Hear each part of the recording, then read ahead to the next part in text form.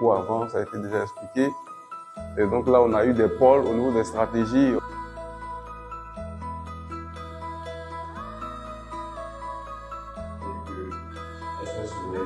Nous sommes tenus de rédiger un plan stratégique dans les 7 années à venir. Il faut dire que l'ancien plan a pris fin en 2022.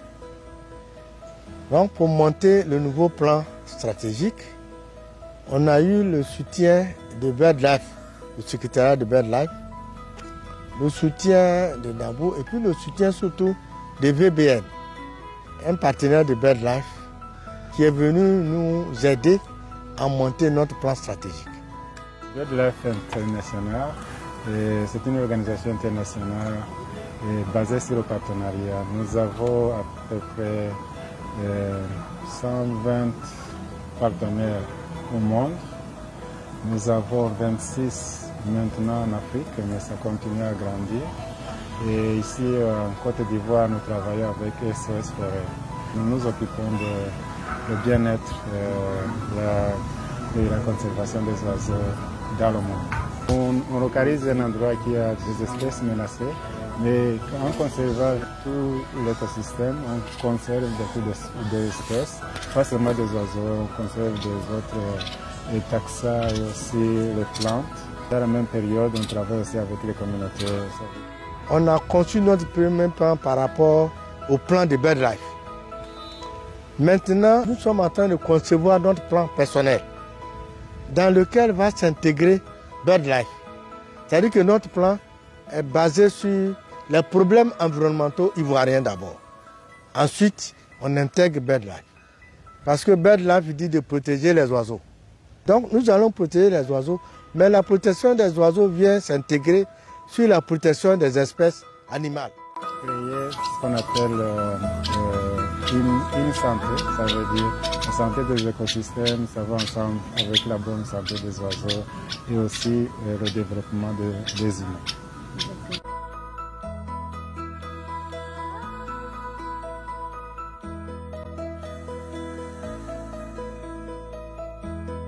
Nous sommes divisés en deux groupes. Il y a un groupe qui se penche sur le volet développement organisationnel pour que SOS Forêt puisse bien fonctionner.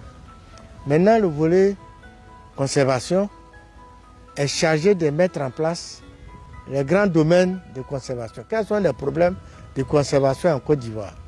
Les aires protégées, les forêts classées, le domaine rural, la pollution des eaux. Quand nous avons catégorisé les menaces, on va travailler sur un modèle conceptuel. Là, on peut voir quelle stratégie on peut choisir. Alors, il y a de différents types de menaces. C'est la gestion de l'organisation, mais aussi comment de faire le fundraising, chercher le fonds, la communication, tout ce point qui touche l'organisation. En collaboration avec les gestionnaires de parcs, on avait réussi à nouer de bonnes relations avec l'OIPR. Il faut dire, pour qu'on soit vraiment opérationnel, on a mis l'accent sur la mobilisation des ressources. La question, c'était de faire un plan stratégique pour le fundraising. Mais pendant la discussion avec le PCA et le directeur exécutif de SOS Forêt, on a décidé que si vous voulez faire le fundraising, il faut savoir pourquoi vous allez faire le fundraising. Parce que la bailleur, il voudrait savoir précisément qu'est-ce qu'on va faire avec le fonds. Alors, c'est pourquoi on a choisi de faire le plan stratégique pour l'organisation et l'approche de conservation. Et avec ça, ça va faciliter le fundraising. Le plan stratégique de SOS Forêt, ce n'est pas le plan de BirdLife, ce n'est pas une copie. SOS Forêt est important dans le contexte de Côte d'Ivoire et BirdLife est important dans le contexte mondial, mais ils sont connectés et c'est pourquoi le plan stratégique de SOS Forêt sera connecté avec le plan stratégique de BirdLife. Il est toujours important que SOS Forêt sera indépendant. Chaque partenaire a son plan. qui tient compte du plan stratégique de BirdLife. Donc on peut dire qu'on fait toujours la même chose avec des spécificités. Parce que le partenaire de BirdLife qui est au Burkina ne va pas travailler sur le milieu marin. Mais ils vont travailler sur le beurre de qualité par exemple. Mais en Côte d'Ivoire, en plus de beurre de qualité, on travaille sur le milieu marin.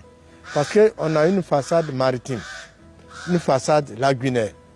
Mais quand même, il y a des choses qui nous unissent avec le Burkina, le beurre de qualité, l'anacarde, etc.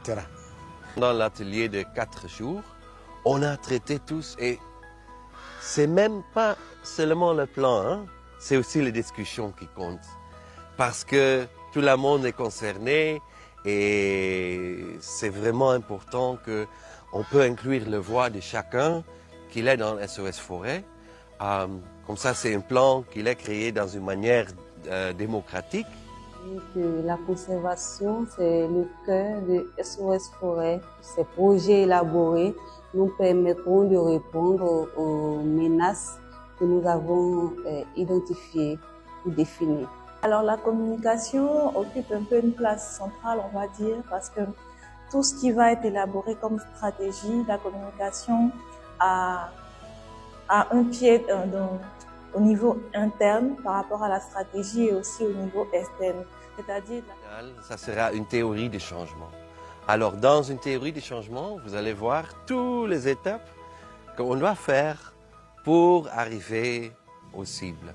Je l'ai trouvée très enrichissante, surtout par rapport à la méthodologie de travail qui peut sembler un peu aléatoire, mais on peut voir se dégager au fur et à mesure qu'on passe des étapes du rêve aux menaces, commencer à se dessiner de plus en plus une stratégie qui va pouvoir être efficace par rapport à tous les piliers que touchent les domaines de SOS Forêt. Pour les 7 prochaines années, l'objectif essentiel, c'est d'arriver à asseoir une ONG stable, résiliente, mais aussi forte, capable de mobiliser des ressources à la fois humaines, mais aussi financières, pour pouvoir atteindre nos objectifs de conservation, mais aussi de pouvoir impliquer la majorité des acteurs ivoiriens comme internationaux, pour pouvoir aller dans le sens de la conservation des ressources naturelles. Dans chaque pays, nous travaillons avec une seule ONG. Et en Côte d'Ivoire, on a choisi où SOS Forêt nous a choisi. Donc, on va travailler avec eux. Il y a des problèmes de capacité, on travaille ensemble pour les rectifier. Donc, on n'abandonne pas nos partenaires. Quand ils ont des problèmes, on travaille ensemble. Quand ils n'ont pas de problème, on travaille ensemble. Comme je l'ai mentionné hier, nos relations, c'est comme des relations de fiançailles.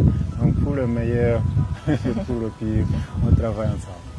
Maintenant, nous avons un programme bien tracé, un plan à suivre, parce qu'on sera jugé au niveau national et au niveau international.